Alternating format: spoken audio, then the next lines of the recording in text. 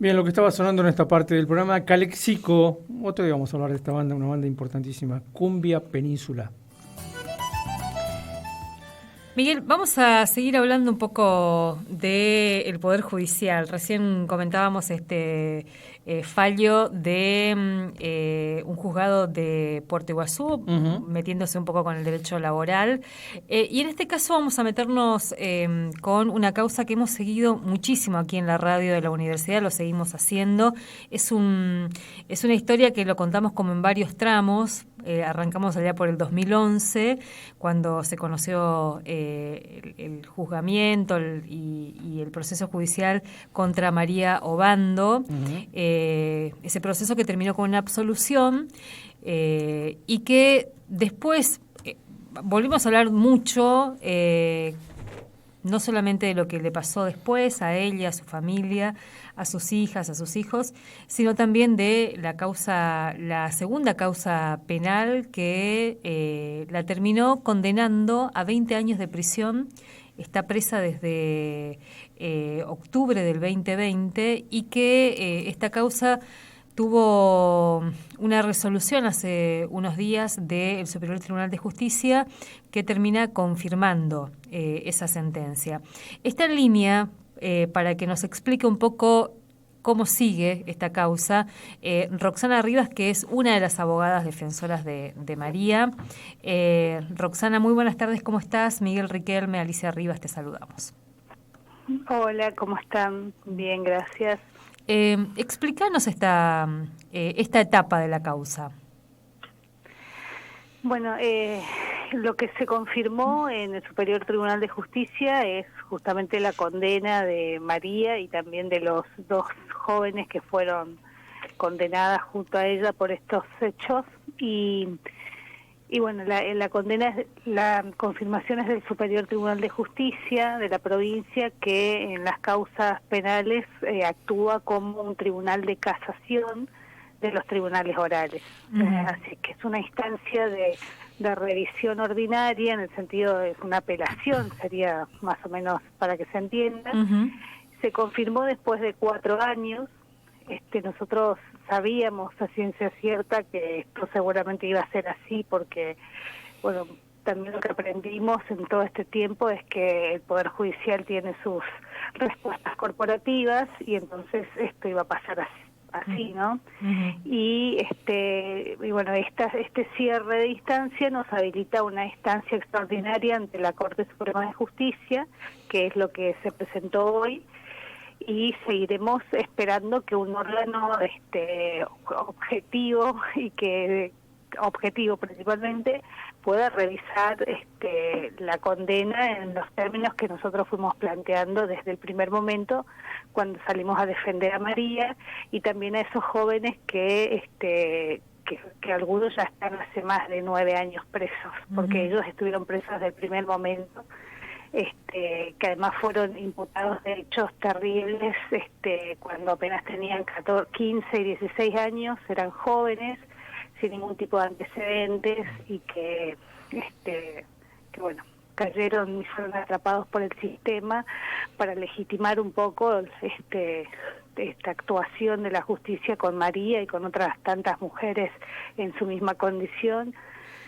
Y bueno, en esta tarea estamos de vuelta, como el primer día, ¿no? Con toda la fe de que esto en algún momento tiene que poder pararse, que tiene que poder revisarse, que tiene que poder aplicarse la normativa, los estándares probatorios, y bueno, todo lo que venimos exigiendo. Roxana, recordanos los montos de las penas medidos en años, ¿no? Recuerdo que un primer fallo hablaba de 20 años para María y de 18 y 12 años respectivamente para los entonces menores. ¿Qué se confirma ahora? Se confirma, la revisión no existió, a pesar de que declaran admisible el recurso, lo que significa que en teoría lo leyeron, pero se confirma exactamente en los mismos términos de la condena. O sea, los mismos años para cada uno, con también, fíjense, ¿no?, la diferencia, porque si ellos están convencidos de que los autores materiales son estas personas, nos explica cómo llegan a sumar tanta pena para María, Y además que nosotros venimos planteando también esto como un hecho irrefutable, como en situaciones similares a otras personas en ese mismo tribunal se les dieron condenas de 12 hasta 8 años. O sea, con María lamentablemente hubo una animosidad desde el primer momento, que creemos nosotros tiene que ver un poco con que con su caso se visibilizó una problemática estructural en la provincia vinculada a la pobreza y a la marginalidad por un lado, y por el otro a las formas de intervención que tiene el Estado a través de sus diferentes efectores. Esto en su momento, en ese primer juicio que pudimos absolverla, significó una herida, creemos nosotros, para este sistema de gobierno que venimos viviendo hace más de 20 años, que finalmente se la cobran, y sobre todo porque, bueno, tuvimos la osadía de demandar judicialmente a la provincia y a los jueces que intervinieron en ese primer encarcelamiento por los daños y perjuicios que le ocasionaron a María, y bueno, eso desata un poco esta reacción sobredimensionada, ¿no? Roxana, ¿y qué concretamente están reclamando ustedes en este recurso? Bueno, nosotros planteamos en primer término, y de eso estamos absolutamente convencidos, es la inocencia tanto de María como la de estos jóvenes, también partiendo del punto de que por lo menos una de las niñas fue víctima de abuso, y de hecho eso se pudo acreditar en el expediente porque en medio del debate oral aparece una causa que ese mismo tribunal, ese mismo fiscal había llevado adelante por un hecho de abuso que se minimizó sin ningún tipo de explicación por parte de un pariente de los guardadores de las niñas, ¿no? Entonces nosotros creemos que efectivamente la niña fue víctima de algún tipo de abuso, como también sabemos que fue víctima de violencia institucional, de violencia de un montón de tipos, y que bueno, que lamentablemente todo el sistema operó para que toda esa responsabilidad se cargara a la madre, y siempre parada en este concepto otra vez. Y esto surge claramente de los argumentos y los fundamentos de la sentencia sobre la idea de la mala madre que es con la que se calificó y con la que se operó fuertemente desde todos los sentidos, y particularmente desde el discurso del fiscal contra María, ¿no? Porque a María en los argumentos de la sentencia se le reprocha no haber cuidado suficientemente a sus hijas y nietos para no haber pasado por esto, o no haber garantizado los derechos espirituales, materiales, espirituales. O sea, imagínense la cantidad de cosas que se esperaba de María en las condiciones en las que siguió viviendo siempre de marginalidad, y en base a estos reproches terminar derivando en una responsabilidad que ni siquiera en casos de homicidio suele aplicarse con esa severidad, ¿no? Roxana, la causa, ese debate oral, digamos, de esta segunda judicialización tuvo momentos así bastante llamativos, ¿no? Desde la inhibición del primer presidente del tribunal, que el doctor Atilio León, hasta después la aparición en medio del debate de este expediente que vos contás de una causa de abuso que habría sufrido una de las niñas, y un expediente del que no se tenía información, por lo menos por lo que nos planteaban, la defensa no tenía información. No, eso es algo que yo creo que bastante intencionalmente se ocultó. Era algo a lo que debimos haber accedido desde el primer momento, porque los hechos en los que se funda ese expediente son hechos que se condicen en el tiempo, o sea, en el tiempo en el que supuestamente había sufrido las lesiones que se constatan, que son además mínimas para todos los hechos que se imputan a María y a estos jóvenes, porque el relato que se hace de los hechos es que bueno, que los abusos eran gravísimos, eran constantes. Sin embargo, las lesiones no daban cuenta de eso. sí podían significar o podían servir para corroborar el hecho que sufrieron en el mismo tiempo de las denuncias por parte del pariente de la guardadora de los chicos. Pero increíblemente, y esto es una de las cosas que se observó en el expediente, se rehúsa el cuerpo médico forense, que es el mismo que los atendió en el marco de esta denuncia y la denuncia contra María, a hacer las revisiones protocolares en casos de abuso con la excusa de no revictimizarla, cuando en realidad lo que tenían que hacer era constatar, porque el protocolo así lo establece, el nivel de las lesiones. Esta no revisión significó que todas las lesiones o la lesión que se pudo comprobar se la cargara a la denuncia en el marco de la cual sí se aplicó el protocolo, que era el caso de María, y también les permitió a ellos, al tribunal, cerrar un acuerdo, un juicio abreviado contra este sujeto por un delito menor, por abuso simple. Estas cosas que parecen increíbles, nosotros tomamos conocimiento porque cuando testifican en el debate, la guardadora se le escapa que ella había hecho esa denuncia. Entonces empezamos a rastrear este expediente y bueno, fuertemente tuvieron que hacerlo aparecer, pero no fue suficiente tampoco para dar vuelta a la decisión que creemos que ya fue tomada desde el primer momento. O sea, María tenía que ser condenada y con ello hacerse una advertencia, si se quiere, ejemplificativa para quienes teníamos la osadía de cuestionar las formas y prácticas de este Poder Judicial, ¿no? Roxana, y desde el punto de vista técnico, ¿cómo continúa ahora, habiendo un fallo del superior dado a conocer?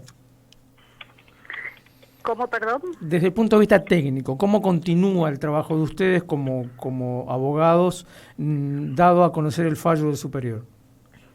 Y la instancia siguiente es la instancia de la revisión, el recurso extraordinario federal, que es por arbitrariedad, en la que se pide la nulidad de este juicio. Eso se presenta ante el Superior Tribunal, que hace una primera revisión formal y si la admite debe remitirla a la Corte Suprema para que la Corte dictamine y sentencie, ¿no? Nosotros en este caso en particular estamos pidiendo además a la Corte que se aplique el precedente de Vázquez Rojas, que es el caso de Cristina Vázquez, en el cual la Corte Suprema, además de revisar y ordenar la nulidad del juicio, que es lo que suele hacerse siempre, si toman la causa, la admiten y consideran que hay fallas, la Corte, por sus prácticas y por sus facultades, lo que suele hacer es remitir al Tribunal de Origen para que el Tribunal de Origen sea el que dicte un nuevo fallo.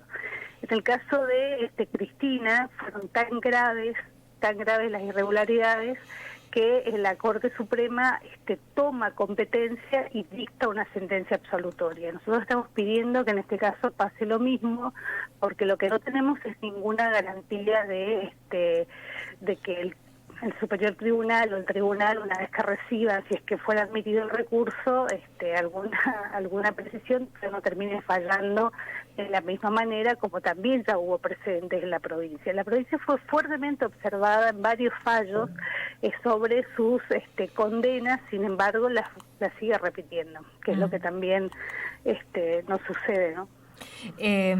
A todo esto, María está presa hace casi 4 años, digamos, ¿no? Exactamente. Y lamentablemente los tiempos del Superior Tribunal de Justicia también los manejan ellos, así que esperemos que por lo menos resuelvan esta cuestión formal en un tiempo un poco más prudencial. 4 años es un montón de tiempo para resolver un recurso de esta naturaleza, ¿no? Roxana, queremos agradecerte este tiempo aquí en la radio de la universidad. No, gracias a ustedes, muchas gracias. Hasta luego. Hasta luego. Bueno, la causa María Obando, que en esta instancia vuelve a apelar, si se quiere, a complejizar un poco la mirada y ya con una condena firme la instancia de la Corte, que es lo que se venía planteando como un paso necesario en el medio de esto que dice Roxana, ¿no? Los 4 años que se tomó el Superior Tribunal de Justicia en la provincia para fallar en estos términos. Y entre tanto está presa. Hay que decir que no es un caso excepcional esto, ¿no? De que como María, que estén presos esperando la resolución. Pasa en los tribunales de todo el país. De todo el país. Es una denuncia que se ha hecho, ¿no? La enorme lentitud del sistema argentino. La morosidad judicial, como dicen. Pero hay un dato también interesante, Miguel. Cuando asomamos a la causa de María hace unos años, nos había como llamado la atención y planteábamos como un caso paradigmático de criminalización de mujeres, de criminalización de maternidades vulnerables, y lo que nos fuimos encontrando es que hay un patrón de persecución judicial que fue como mostrándose más claramente, y Misiones es un ejemplo también en ese sentido, porque ¿qué tipo de delitos persigue el Poder Judicial cuando se trata de mujeres? Nosotros pensábamos en su momento, bueno, nos vamos a encontrar con mulas, entre comillas. Claro, ¿no? que era lo que decíamos incluso, ¿no? Sí. La cárcel está llena de mujeres apresadas en esta circunstancia del transporte de droga. No. Omisiones de cuidado, muchas de los delitos vinculados a eso, ¿qué son omisiones de cuidado? Pueden ser abandono de persona agravado por el vínculo, con la consecuente que te pueden decir la muerte, por ejemplo. En el caso de María, omisiones de cuidado vinculado a que no evitó que abusaran de supuestamente de su hija y de una de sus nietas. Le agregaron también después, ya para justificar la pena que le iban a dar, algo así como facilitación del delito de abuso y demás. Después hay causas de condena en el marco, uno podría decir, de mujeres que se defienden de la violencia de género. Entonces, o ya sea porque terminaron matando a su agresor, que hay muy pocos casos vinculados a eso, o lesionando a su agresor. Pero en la gran mayoría de los casos, cuando uno mira ahora cuáles son las causas por las que están presas y condenadas las mujeres en Misiones, es porque entran en esta categoría de omisiones de cuidado, insisto con esto, y muchas de ellas vinculadas a causas de abuso sexual. Que como hipótesis que tenemos, porque hay que seguir buscándolo, digamos, ¿no? Es que cada vez que el Poder Judicial condena a un varón agresor sexual o en estas causas, también va por la mujer, digamos, ¿no? O ya sea por la madre de la persona que fue víctima de violencia, en este caso de abuso sexual y demás. Entonces, lo más común es que te encuentres en algunos casos es el padre, el padrastro, el familiar cercano. Sí, ese es otro tema, ¿no? Los casos de abuso se dan muy frecuentemente en el círculo íntimo del abusado. Entonces te encontrás en ese expediente a ese progenitor o no, familiar cercano o no, y también te encontrás a la madre en esos expedientes, condenadas también por delitos similares. Y eso fue creciendo un montón en la provincia. Los últimos datos que trascendieron, que después cuando empezamos a complejizar ya no son tan fáciles de acceder a los datos, pero dan cuenta de esto. Entonces uno empieza a dimensionar que hay un patrón ahí de disciplinamiento muy explícito también acerca de... y aparecemos en distintos trabajos porque a partir del caso María hay otros casos que fueron Misiones aparece cuando hablamos, sí, recuerdo. Todo un eje de maternidades y delito. Bueno, hay toda una serie de investigadoras que trabajan esa cuestión.